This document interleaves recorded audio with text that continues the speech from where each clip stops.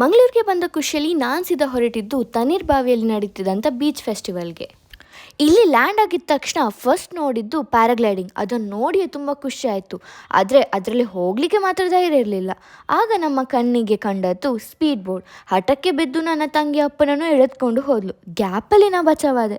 ಹೋಗಲಿಕ್ಕೆ ಆಸೆ ಇತ್ತು, ಆದರೆ ಭಯ ಬಿಡಲಿಲ್ಲ. ಅವರು ಬರುವ ತನಕ ನಾನು ಬ್ಯೂಟಿಫುಲ್ ಸನ್ಸೆಟ್ನ ಎಂಜಾಯ್ ಮಾಡಿದೆ. ಬಂದರು ನೋಡಿ ಇಬ್ಬರು ಧೈರ್ಯವಂತರು. ರಿವ್ಯೂ ಕೇಳೋಣ ಅಂತ ಹೋದೆ, ಆದರೆ ಅವ್ರ ಮುಖ ನೋಡಿಯೇ ಗೊತ್ತಾಯಿತು ಸೂಪರಾಗಿ ಎಂಜಾಯ್ ಮಾಡಿದರು ಅಂತ. ಮತ್ತೆ ನಮ್ಮ ಪಯಣ ಕ್ರೀಡೋತ್ಸವದ ಕಡೆಗೆ. ಅಲ್ಲಿ ರೆಸ್ಲಿಂಗ್ ನಡೀತಾ ಇತ್ತು. ರೆಸ್ಲಿಂಗ್ ನೋಡಿಯೇ ತುಂಬ ಖುಷಿ ಆಯಿತು ಮಾರೆ. ದಂಗಲ್ ಮೂವಿ ಉಂಟಲ್ಲ, ಅದನ್ನು ಲೈವ್ ನೋಡಿ ಬಂದಾಗೇ ಆಯಿತು. ಸ್ವಲ್ಪ ಹೊತ್ತು ಸಾಂಸ್ಕೃತಿಕ ಕಾರ್ಯಕ್ರಮವನ್ನು ನೋಡುವಂತ ಡಿಸೈಡ್ ಮಾಡಿದ್ದೇವೆ. ಆದರೆ ಈ ಬಿಳಿಕೋಟೆಯಲ್ಲಿ ಇದ್ದಂಥ ತಿಂಡಿಗಳ ಘಮ ನನ್ನ ಮುಗಿ ಹೊಡಿತಾ ಇತ್ತು. ನಾವು ಫಸ್ಟ್ ಟ್ರೈ ಮಾಡೋದು ಇನ್ಸ್ಟಾಗ್ರಾಮಲ್ಲಿ ವೈರಲ್ ಆಗ್ತಿದ್ದಂಥ ಈ ಚಿಪ್ಸ್, ಚೀಸಿ ಚಿಪ್ಸ್ ಅಂತ ಹೇಳ್ತಾರೆ, ಅದನ್ನು.